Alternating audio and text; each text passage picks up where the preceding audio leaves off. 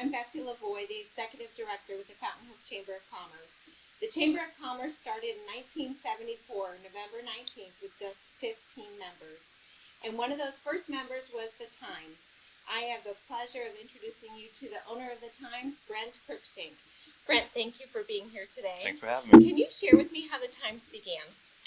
Well, I can tell you I wasn't born yet, but my father started the Times in 1972. What I was told, it was a monthly paper in 72, along with 3 other investors. He was one of them. And then in December of 73, he approached Arthur Hewitt, which was one of the investors, about funding weekly papers because he's seen the town was starting to grow. Okay. Do you know how many people were in the town at that time, approximately? I wouldn't even think 1,000. No. Yeah. Honestly, he had another job offer in California, but he saw so much potential in his town. Probably, like I said, maybe less than 1,000 people. Right. And as it started to grow, my father saw potential for the weekly newspaper. So as I said, he approached one of the investors about making it a weekly newspaper. About 77, it started in 74 as a weekly newspaper in June. Okay. And 75, 6, 7, 8, 9, it was kind of not going so well, but my father was still proceeding with it. But as a recession hit in 1981, he was faced the first time the possibility of the paper having to be shut down. Really? Mm-hmm.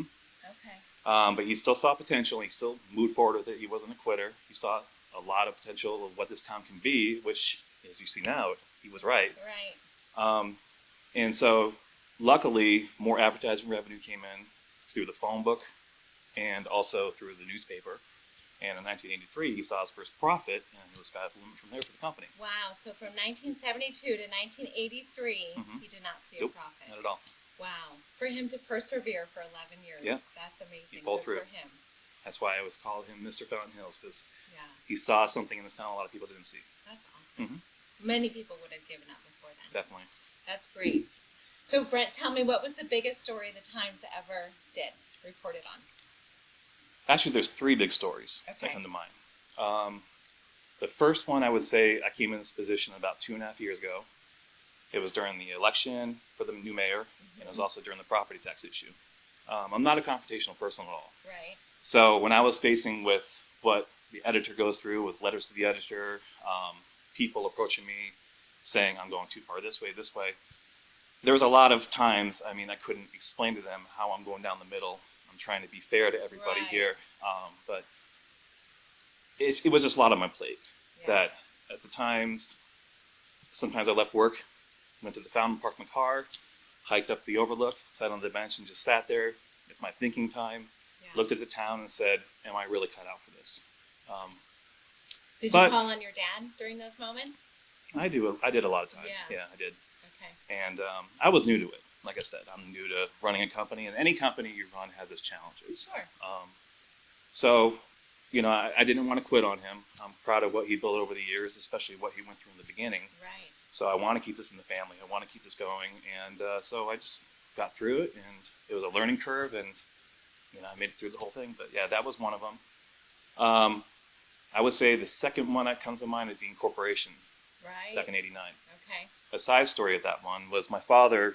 I always knew my father came home for lunch because he had the same routine. He sat down in his chair. I heard the tune of Andy Griffith coming on. And then also he watched Dick Van Dyke. But that day, from what I remember, he had a discussion with my mom. He was seeing someone going around putting flyers, inserts on people's doors, opposing, incorporation. Okay. And he was all for it because, of course, of his love for Fountain Hills. Right. So when I overheard him talking about that, of course, I looked up to my dad, and I thought I was doing something right, let alone, keep in mind, I was 13 years old. Right. So when he left to work, I went out, I went to every doorstep, picked up the flyers, put them in a bag, and trashed them all. Being helpful. Yeah, being helpful. Yes. My neighbor, Bill Great, he's the one who caught me. Okay. And he called my dad. He called the news stations. So here is the publisher of the Fountain Hills Times on local news, right, discussing why his son did this. Right. I remember Lois Great, recently passed away. Yes, definitely. Yes. She actually looked at me with a smile and told Bill, it's great that his son looks up to him like this. Right. How great is that? Cut him a break. And she had a big smile. So that was great. I always remember that. So, yeah, I learned my lesson on that, but that was another big story. One that probably touched me personally was Julie Patterson. She was found dead in her home in '91. Yes. And why it hit home to me, because a couple days before that I saw her. I used to watch her dog. Okay. She had a golden retriever. Loved the dog, had so much energy. Kind of like the chamber dog you have. Yes, yes. So every time she went out of town, I watched the dog for her. Okay. And she was over at my house paying me and had that big smile on her face and paid me, thanked me for watching your dog. And 2 days later, I was working at McDonald's when my dad gave me the call and said they found Julie Patterson dead. Right. So that was another big story because it was a homicide. And still unsolved. Mm-hmm. Is that true? Yeah. Still unsolved. Yes. And I knew her on a personal level, so it Right. kind of hit home to me. Right. So that was probably the three big stories. Yes. Those are pretty big stories Oh, yeah, for our small definitely. little town. Definitely. Actually. Yeah. Okay, so Brent, tell me, what was it like growing up with your father running the Times? Definitely had its perks. Okay. I was young. I had my wild side to me. People that meet me now, I'm laid back. But I still have my wild side to me here, but not as much as when I was young. So, my dad actually, I put him in some uncomfortable positions at times. Not anything crazy, but I don't want to get into details, but, just I was young. Yes. But it also had its positives because my father, he was not only the publisher of the paper, he was the Elvis impersonator in town. Mm-hmm. He was also the Santa Claus for 8 years, came down in a helicopter, and actually called him out one year because I didn't know it was my father. Really? I was sitting on, he came down in a helicopter in the That's so park, funny. and I sat on his lap, and I looked down, and not knowing it was my dad, and I looked down and I said, Santa, you have the same watch as my father. Oh, no. And that's when he kind of started shaking, Right. and I looked at him, and I'm like, is that you, Dad? Oh, no, that's Because, so cute. and he kind of How old were you? Do oh, you man, know? maybe like 7 years old, 8 years old. Oh, my gosh. That's a sweet story. And I really remember the story because my dad tells the story a lot to a lot of people. Right. And then, so I got to meet a lot of people on a personal level in town, and that just helped me to become who I am today. Sure. Fountain Hills. Sure. And really become the new Mr. Fountain Hills, if we may Yeah. call you. Yeah. So tell me, what's it like now that you're running the paper? I love it, but it has its challenges. Okay. I'm actually in an industry that's, of course, changing like a lot of things in this world is changing. Sure. So I have my challenges. Mhm. But we still do really well in Fountain Hills. I still do the advertising. That's what I've known for the past 23 years. And doing advertising for 23 years, I built a lot of great relationships with a lot of business owners in town, Right. which helps me in my position I'm in now. Sure. I 'Cause do they have, know you personally, not Yeah, they just do. professionally, which is good. and I have a lot of support from not just business owners, but locals in town Right. who I've known through, worked at Phil's Filling Station for 18 years. So I got to meet a lot of people serving tables, Right. and just bartending over there. So I do have a lot of support, but like any business owner, you have its challenges. I got to find out ways to evolve this into the future. Mhm. I do have some things in the digital side that I'm working with right now that are Yes. moving us into the digital world, but a lot of people in this town don't want me to get rid of the print. And I'm Right. not going to get rid of the print. That's not going anywhere anytime soon. Well, and I think the fact that Fountain Hills really does appreciate the Times. Mhm. Don't you think? Like, they appreciate the print.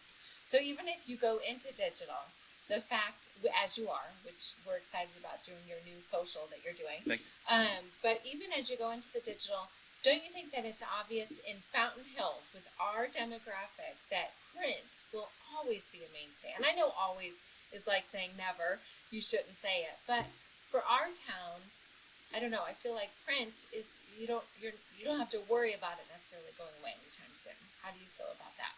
I don't think it will go away anytime soon. Yeah. Like you said, I think the Yeah. people in this town, they tell me that they love the print edition. They don't want the e-edition. I Right. have a lot of people that go out of town for the summertime. They go back to Minnesota, Chicago, wherever they're from. Yeah. And we had the option of getting the e-edition, Right. but they say, no, mail us the print editions. Really? They want to hold something in their hand with a cup of coffee. It's just something they're used to, and that's what they love. Yes. So. I get my paper on Tuesday night, actually. Yeah.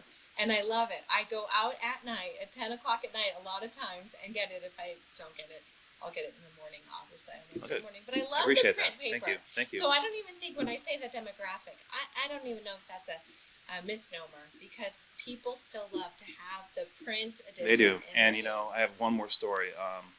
When I was working at Phil's Filling Station, there was a lady that moved here from Illinois. This is about 2.5 years ago, and I was actually leaving Phil's the next week to do this position full time. Okay. I used to work at Phil's 3 nights a week for the past 18 years. Right. And I was telling her, sharing that story to her, and then she's like, what are you going to be doing? I'm like, well, I'll be running the Fountain Hills Times. And I told her my father started this. And Right. she actually looked at me and says, so you're going to be the new publisher? I'm like, yes. She's like, I got to tell you something. We moved here from Illinois. I've never subscribed to a paper. But when I saw your newspaper at Circle K, it was so bright, so colorful, so visual. And I know what's going on in this town, being new to this town, because of your newspaper. That's awesome. And that's the things I like to hear, because Right. I look at our newspaper as not just a newspaper. It is a newspaper, but it's also a community bulletin board of what's going on. If you really want to know what's going on in Fountain Hills, yeah, you can get that bits and pieces on social media or on the web, but we are your one-stop shop to get what's going on in Fountain Hills. If you want to know what's going on Friday, Saturday, Sunday, Monday, whatever, it's all there in the paper on Wednesday. Yes. Delivered to your driveway. The rest of the story. Yes, right? exactly. Times. Read all about it. Yes, that's great. Well, we love the Fountain Hills Times. Thank you. We love our partnership with you. Thank you.